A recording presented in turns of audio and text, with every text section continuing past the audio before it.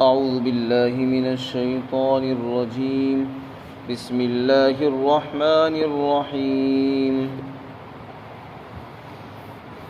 أولم يروا أن الله يبسط الرزق لمن يشاء ويقدر إن في ذلك لآيات لقوم يؤمنون فآت ذا القربى حقه والمسكين وابن السبيل ذلك خير للذين يريدون وجه الله وأولئك هم المفلحون وما آتيتم من ربا ليربو في أموال الناس فلا يربو عند الله وما آتيتم من زكاة تريدون وجه الله فأولئك هم المضعفون الله الذي خلقكم ثم رزقكم ثم يميتكم ثم يحييكم هل من شركائكم من يفعل من ذلكم من شيء سبحانه وتعالى عما يشركون۔ کیا انہیں معلوم نہیں ہے کہ اللہ تعالیٰ جس کے لیے چاہتا ہے روزی کو پھیلا دیتا ہے اور کشادہ فرما دیتا ہے، اور جس کے لیے چاہتا ہے تنگ کر دیتا ہے۔ یقیناً اس میں نشانیاں ہیں ایمان والے لوگوں کے لیے۔ تو پھر آپ رشتہ داروں کو، مسکینوں کو اور مسافروں کو ان کا حق ادا کیجیے، اور یہ بہتر ہے ان لوگوں کے لیے جو اللہ کی رضا اور خوشنودی چاہتے ہیں، اور یہی لوگ کامیاب ہیں۔ اور تم جو بڑھنے والی چیز اس لیے دیتے ہو تاکہ وہ لوگوں کے مال میں شامل ہو کر بڑھ جائے تو وہ اللہ کے نزدیک نہیں بڑھتی، اور تم جو زکوٰۃ دیتے ہو اور تم اللہ کی رضا چاہتے ہو تو یہی لوگ بڑھانے والے ہیں۔ اور اللہ وہ ہے جس نے تم کو پیدا کیا، پھر اس نے تم کو رزق دیا، اور پھر وہی تم کو موت دے گا اور وہی تم کو زندگی عطا کرے گا۔ کیا جن کو تم اللہ کا شریک کہتے ہو، کیا ان شرکا میں سے کوئی ہے جو یہ سارے کام کرتا ہو؟ اللہ کی ذات پاک ہے اور وہ بلند ہے، بالا ہے ان تمام باتوں سے جو یہ اللہ کے ساتھ شریک کرتے ہیں۔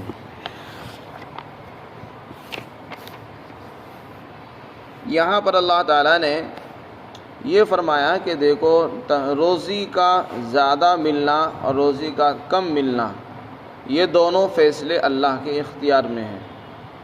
اللہ تعالیٰ جس کے لیے چاہتے ہیں روزی زیادہ دے دیتے ہیں، اور جس کو چاہتے ہیں روزی کم عطا کرتے ہیں۔ یہ دونوں چیزیں اللہ کے اختیار میں ہیں، بندے کے اختیار سے یہ چیزیں باہر ہیں۔ لہذا اگر کسی کو اللہ تعالیٰ روزی زیادہ دے دیں تو اس کے لیے اترانے کی گنجائش نہیں۔ وہ روزی زیادہ دے کر، روزی زیادہ ملنے سے نہ اترائے، بلکہ اللہ کا شکر ادا کرے۔ بلکہ علماء نے لکھا ہے کہ دونوں انسانوں کا امتحان ہے، غریب کا بھی امتحان ہے، مالدار کا بھی امتحان ہے۔ جس کو اللہ نے روزی زیادہ دی ہے، مال زیادہ دیا ہے، اس کا امتحان یہ ہے کہ وہ مال زیادہ مل کر اللہ کے حکموں کی طرف سے غفلت اختیار کر رہا ہے یا نہیں۔ اگر وہ اللہ کے حکموں کی طرف سے غافل ہو جائے اور لاپرواہی برتے تو وہ امتحان میں فیل ہو گیا۔ صرف مال کا مل جانا کوئی کامیابی کی علامت نہیں۔ مال اگر کسی کو مل رہا ہے تو اس کا امتحان زیادہ ہے۔ اگر مال کے ساتھ اس کے حقوق ادا نہیں کرتا، اللہ کے حقوق ادا نہیں کر رہا، تو وہ امتحان میں ناکام ہوگا۔ اور جس کو اللہ نے مال نہیں دیا، کم دیا ہے، اور وہ نا امید ہو کر، مایوس ہو کر ناشکری کے کلمات کہے تو وہ بھی ناکام ہو گیا۔ غریب کا کام یہ ہے کہ وہ صبر کرے، اللہ کے فیصلے پر خوش رہے کہ تو نے جو کچھ کیا وہ میرے حق میں بہتر ہی تھا، جو آپ نے کیا وہی صحیح۔ مالدار کو بھی چاہیے کہ اللہ کے فیصلے پر راضی رہ کر اللہ نے جو دیا ہے اس میں سے اللہ کا حق بھی ادا کرے، بندوں کا حق بھی دے اور اللہ کا شکر ادا کرے۔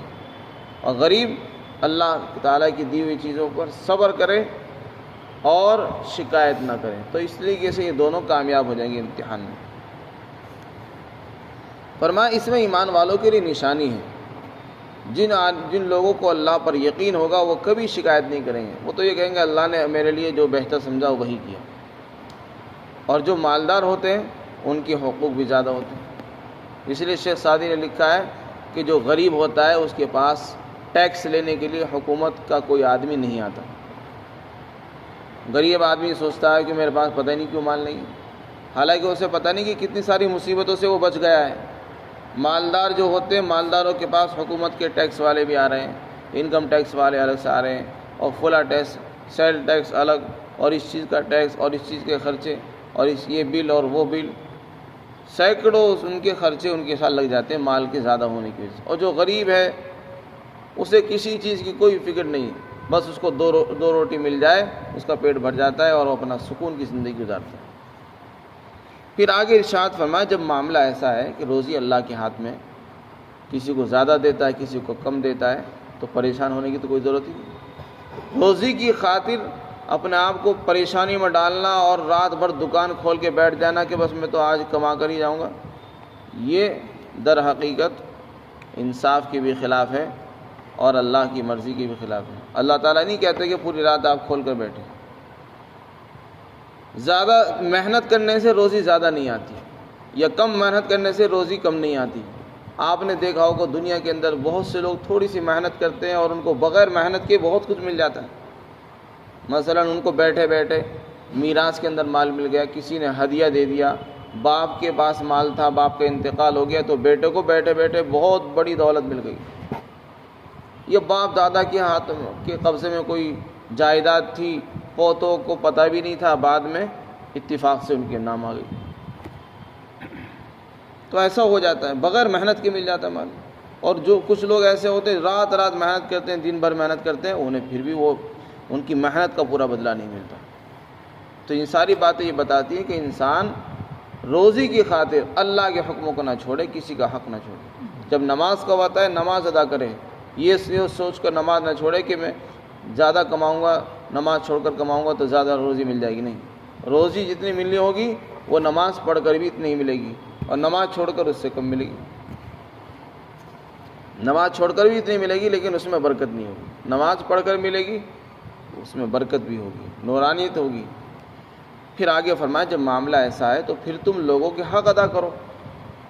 یہ سوچ کر کہ ہم کسی کو پیسے دیں گے، خرچ کریں گے تو اس سے ہمارے پیسے ختم ہو جائیں گے، کم ہو جائے گا مال، فرمایا یہ سوچ کر مال کو مت روکو، جمع کر کے مت رکھیے۔ اللہ نے جو مال تمہیں دیا ہے، جب تم لوگوں کے حقوق ادا کرو گے تو وہ بڑھے گا، مال دینے سے مال بڑھتا ہے، گھٹتا نہیں ہے۔ یہ سوچ انسان کی ہے، یہ غلط سوچ ہے۔ اللہ تعالیٰ فرماتے ہیں یمحق اللہ الربا ویربی الصدقات، سود سے مال گھٹتا ہے، بیاج سے مال گھٹتا ہے، اور صدقہ دینے سے مال بڑھتا ہے۔ تو اگر تم کسی رشتہ دار کو دو گے، مسافروں کو کھانا کھلاؤ گے، غریبوں کو کھلاؤ گے، مسکینوں کی مدد کرو گے تو اس سے مال گھٹتا نہیں، بڑھے گا۔ اور سود لینے سے بظاہر بڑھتا ہوا دکھتا ہے لیکن حقیقت میں وہ گھٹ جاتا ہے۔ اس لیے فرمایا رشتہ داروں کو ان کا حق دو۔ اب رشتہ داروں کا کیا حق ہے اس میں کچھ نہیں بہن گیا۔ رشتہ داروں کا حق لکھا ہے علماء نے، صرف ان کا حق مالی حق ہی نہیں ہے۔ حضرت حسن بصری فرماتے ہیں اگر کسی کے پاس مال ہے تو وہ اپنے مال سے اپنے رشتہ داروں کا حق ادا کرے۔ اگر وہ غریب ہے ان کو زکوٰۃ دے، اور اگر وہ غریب نہیں ہے تو نفلی صدقہ دے، اور اگر اس کے پاس مال ہی نہیں ہے تو ان کی ہمدردی کرے، ان کے ساتھ حسن سلوک کرے، اچھی طرح پیش آئے، ان کی جسمانی مدد کرے، جسمانی طور پر بھی ان کا ساتھ دے، زبانی بھی ساتھ دے، ہمدردی کرے، یہ ان کے حقوق ہیں۔ اور اسی طرح مسکینوں کا ساتھ دینا ہے، مسافر ہے۔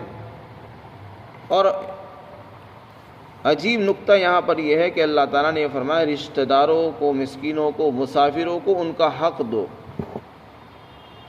علماء نے لکھا ہے کہ اس میں اشارہ اس بات کی طرف ہے کہ جب بھی کبھی کسی مسافر کو کچھ دینے کی نوبت آئے، کسی مسکین کو، غریب کو کچھ آپ دے رہے ہوں اور اللہ نے آپ کو توفیق دی دینے کی، یا رشتہ داروں کو دینے کی توفیق دی، کبھی دل میں یہ خیال نہیں آنا چاہیے کہ میں اس پر احسان کر رہا ہوں، بلکہ یہ اس کا حق ادا کر رہے ہو۔ اس لیے اللہ نے فرمایا کہ ان کا حق دو، یہ سمجھ کر دو کہ یہ ان کا حق تھا، میں ان کو ادا کر رہا ہوں۔ یہ انصاف کا تقاضا ہے، احسان نہیں کر رہے آپ۔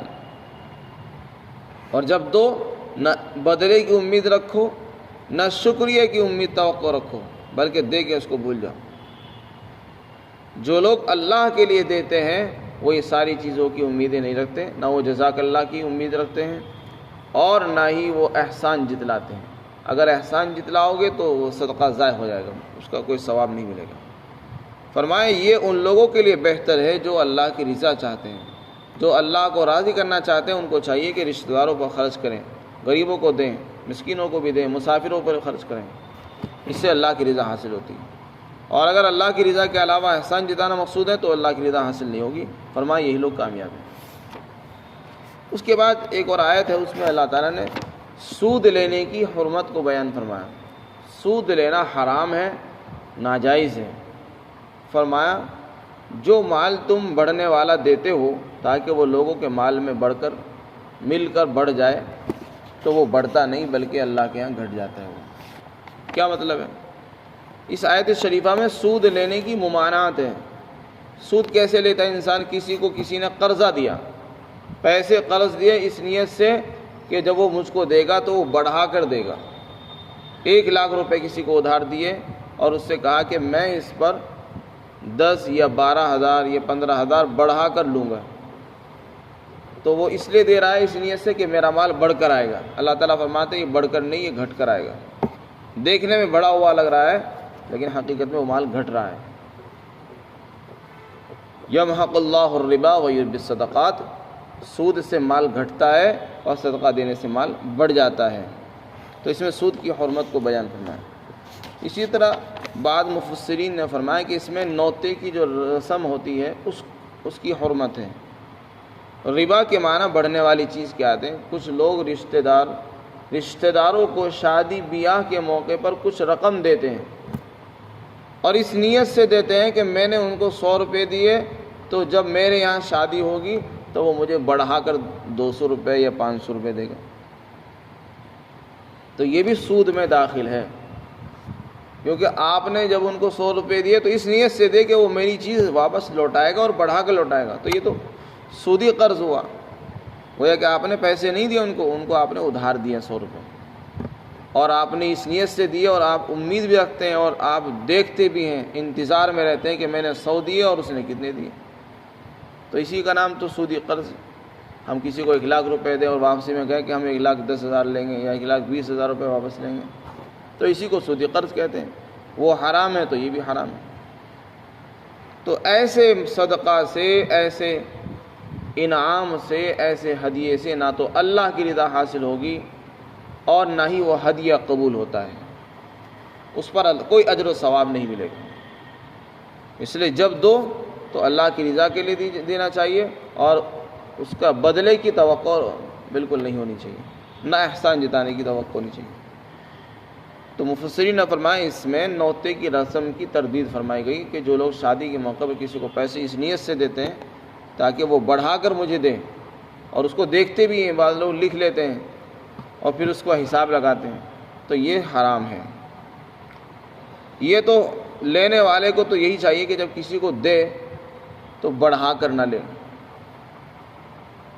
البتہ جس کو دیا گیا ہے اس کی ذمہ داری یہ ہے کہ جب اس کو کوئی ہدیہ دے، حدیث شریف میں بھی آتا ہے جب کسی کو کوئی چیز ہدیہ کیا جائے اور اس کے پاس اس کا بدلہ دینے کی گنجائش موجود ہو تو اس کو چاہیے کہ بدلہ دے۔ اللہ کے رسول صلی اللہ علیہ وسلم کو جب کوئی ہدیہ پیش کرتا تھا تو آپ بدلے میں اس کو ہدیہ پیش کیا کرتے تھے اور اس سے بڑھا کر دیا کرتے تھے۔ تو یہ تو لینے والے کا کام ہوتا ہے۔